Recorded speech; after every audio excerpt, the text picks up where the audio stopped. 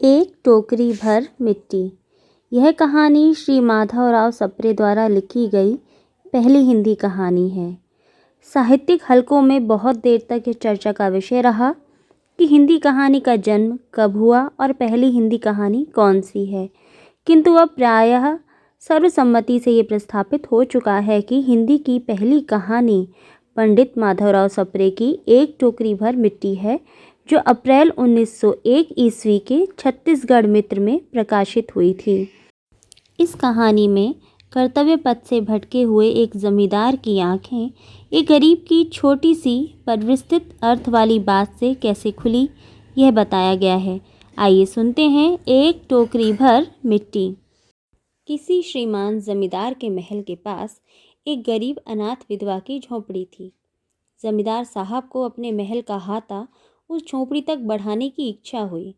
विधवा से बहुतेरा कहा कि अपनी झोंपड़ी हटा ले, पर वह तो कई जमाने से वहीं बसी थी। उसका प्रिय पति और इकलौता पुत्र भी उसी झोंपड़ी में मर गया था। पतोहू भी एक 5 बरस की कन्या को छोड़कर चल बसी थी। अब यही उसकी पोती इस वृद्धाकाल में एकमात्र आधार थी। जब कभी उसे अपनी पूर्व स्थिति की याद आ जाती तो मारे दुख के फूट फूट कर रोने लगती थी। और जब से उसने अपने श्रीमान पड़ोसी की इच्छा का हाल सुना, तब से वह मृत प्राय हो गई थी। उस झोंपड़ी में उसका मन लग गया था कि बिना मरे वहाँ से वह निकलना नहीं चाहती थी। श्रीमान के सब प्रयत्न निष्फल हुए। तब वे अपनी जमींदारी चाल चलने लगे।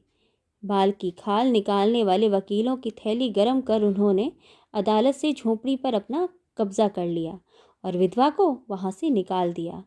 बेचारी अनाथ तो थी ही, पास पड़ोस में कहीं जाकर रहने लगी।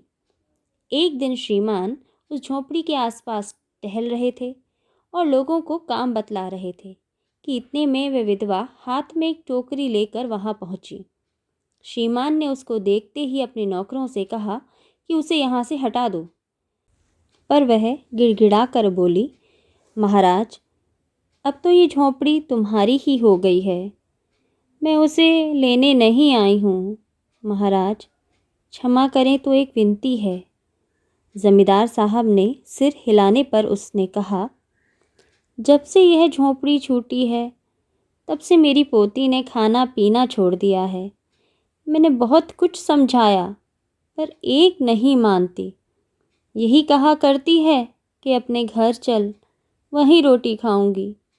जब मैंने यह सोचा कि इस झोंपड़ी में से एक टोकरी भर मिट्टी लेकर उसी का चूल्हा बनाकर रोटी पकाऊंगी, इससे भरोसा है कि वह रोटी खाने लगेगी।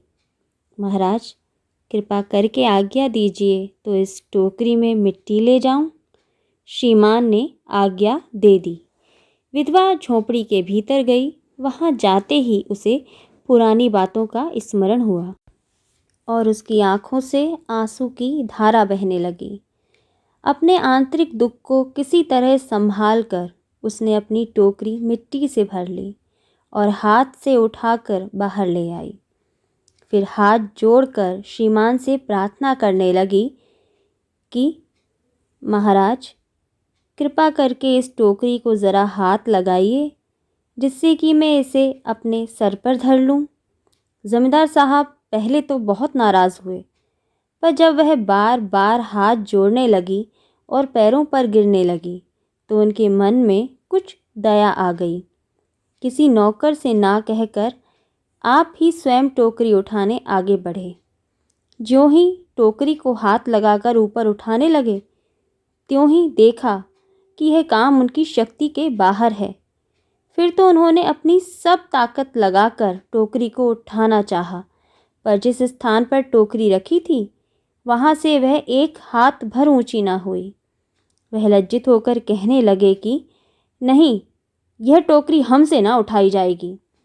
यह सुन विधवा ने कहा, महाराज, नाराज ना हो, आपसे एक टोकरी भर मिट्टी नहीं उठाई जाती, और इस झोंपड़ी में तो हजारों टोकरियां मिट्टी पड़ी है। उसका भार आप जन्म भर क्यों कर उठा सकेंगे? आप ही इस बात पर विचार कीजिए। जमींदार साहब धन मत से गर्वित हो अपना कर्तव्य भूल गए थे, पर विधवा के उपरोक्त वचन सुनते ही उनकी आंखें खुल गई। कृतकर्म का पश्चाताप कर उन्होंने विधवा से क्षमा मांगी और उसकी झोपड़ी वापस दे दी। ये कहानी यहीं समाप्त होती है।